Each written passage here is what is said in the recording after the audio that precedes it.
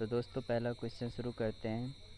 महिला पर्वतारोहण दल ने किया माउंट मणिरंग फतह। 3 सशस्त्र बलों की एक महिला टीम ने 15 अगस्त 2021 को हिमाचल प्रदेश में माउंट मणिरंग को सफलतापूर्वक फतह किया। उन्होंने 75वें स्वतंत्रता दिवस के अवसर पर राष्ट्रीय ध्वज फहराया।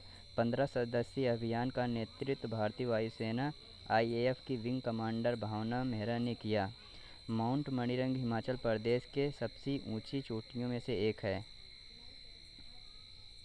लॉन्च किया जाएगा उभरते सितारे फंड। वित्त मंत्री निर्मला सीतारमण 21 अगस्त 2021 को निर्यात उन्मुख फार्मों और स्टार्टअप के लिए एक महत्वाकांक्षी उभरते सितारे फंड लॉन्च करेंगी।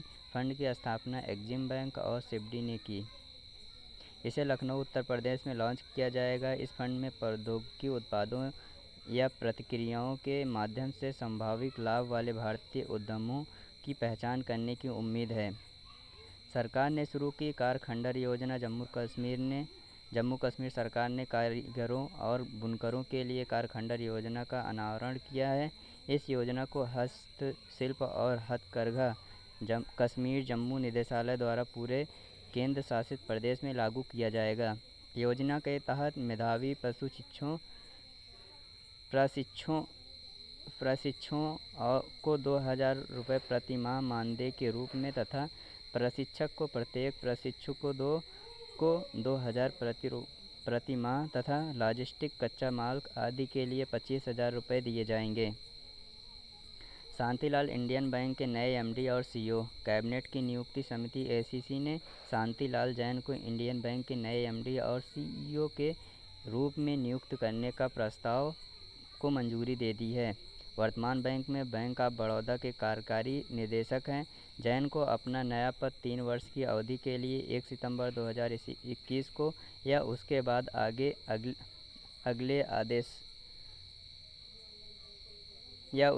अगले आदेश तक जो भी पहले हो के प्रभाव से सौंपा गया है। विश्व मच्छर दिवस 20 अगस्त। मच्छर से होने वाले रोग और उनके बारे में जागरूकता बढ़ाने के लिए हर वर्ष 20 अगस्त को विश्व मच्छर दिवस मनाया जाता है। यह उस दिन को चिन्हित करता है जब सर रोनाल्ड रॉस ने मादा मच्छर और मलेरिया के बीच की कड़ी की खोज की, जिसने चिकित्सा इतिहास की स्थिति को बदल दिया। 1897 में उन्होंने पाया कि मादा मच्छर अर्थात एनोफिलीज मच्छर मलेरिया फैलाने के लिए जिम्मेदार है। अक्षय ऊर्जा दिवस 20 अगस्त। भारत हर वर्ष 20 अगस्त को अक्षय ऊर्जा दिवस मनाती है। यह दिन ऊर्जा के नवीकरण संसाधनों के महत्व के बारे में जागरूकता पैदा करता है और दिवंगत प्रधानमंत्री राजीव गांधी की जयंती के अवसर पर मनाया जाता है। यह दिवस 2004 से मनाया जा रहा है। इसका उद्देश्य लोगों को ऊर्जा के प्राकृतिक स्रोतों जैसे पनबिजली और सौर ऊर्जा, पवन ऊर्जा और बायोगैस के बारे में जागरूक करना है। चीन ने 3 बाल नीति को दी मंजूरी। चीन की राष्ट्रीय विधायिका ने विश्व के सबसे अधिक आबादी वाले देश में जन्म दर में भारी गिरावट को रोकने के उद्देश्य से एक प्रमुख नीतिगत बदलाव में औपचारिक रूप से 3 बाल नीति को मंजूरी दे दी है। चीनी जोड़ों को 3 बच्चे पैदा करने की अनुमति देने वाला संशोधन जनसंख्या और परिवार नियोजन कानून नेशनल पीपुल्स कांग्रेस NPC की अस्थायी समिति द्वारा पारित किया गया है। हुरून ग्लोबल 500 सूची में 12 भारतीय फर्में। Wipro limited Asian paints limited के विश्व की 500 सबसे मूल्यवान फर्मों की सूची में जगह बनाने के बाद 2021 के लिए हुरून ग्लोबल 500 में 12 भारतीय कंपनियों को स्थान मिला।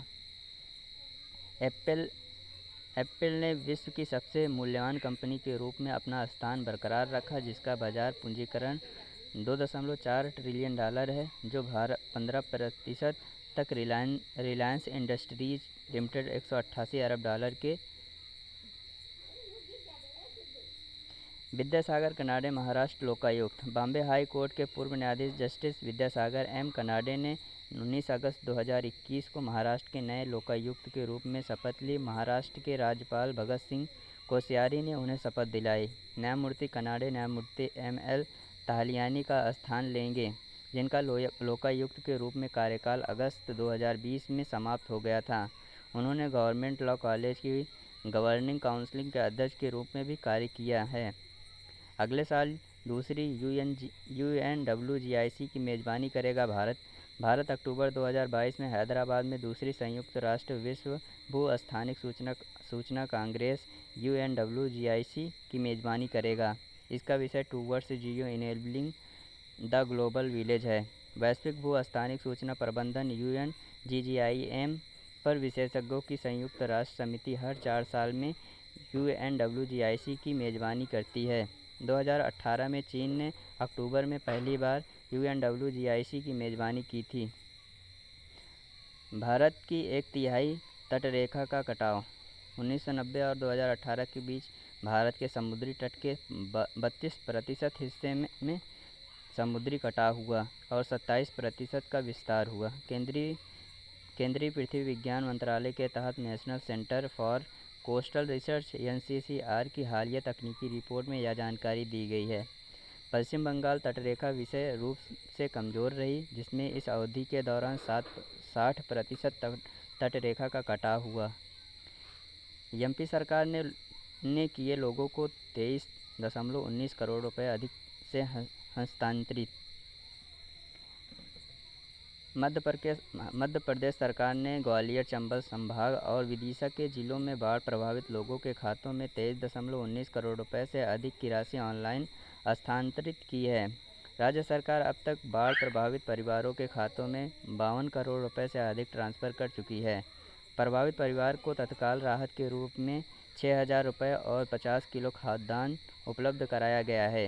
हिफाज़त-ए-इस्लाम जुनैद बाबू नगरी का निधन।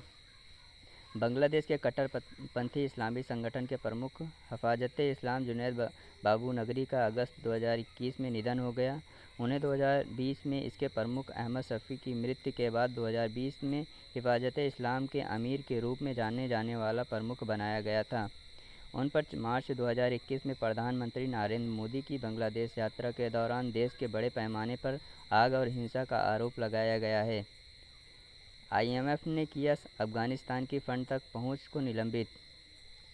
अंतर्राष्ट्रीय मुद्रा कोष IMF ने सूचित किया कि अफ़गानिस्तान अब ऋणदाताओं के संसाधनों तक नहीं पहुंच पाएगा। यह कदम तालिबान के देश पर कब्जा करने के बाद उठाया गया है। IMF से 370 मिलियन से अधिक से संसाधन 23 अगस्त 2021 को आने वाले थे। स्पेशल ड्राइंग राइट्स SDR संपत्ति में IMF के भंडार तक पहुंच, जिसे सरकार समर्थित धन में परिवर्तित किया जा सकता है, को भी अवरुद्ध कर दिया गया है। IIT मद्रास परिवहन मंत्रालय के बीच सहयोग। IIT मद्रास फुटपाथ इंजीनियरिंग और बुद्धिमान परिवहन प्रणाली पर सड़क परिवहन मंत्रालय के साथ सहयोग करेगा।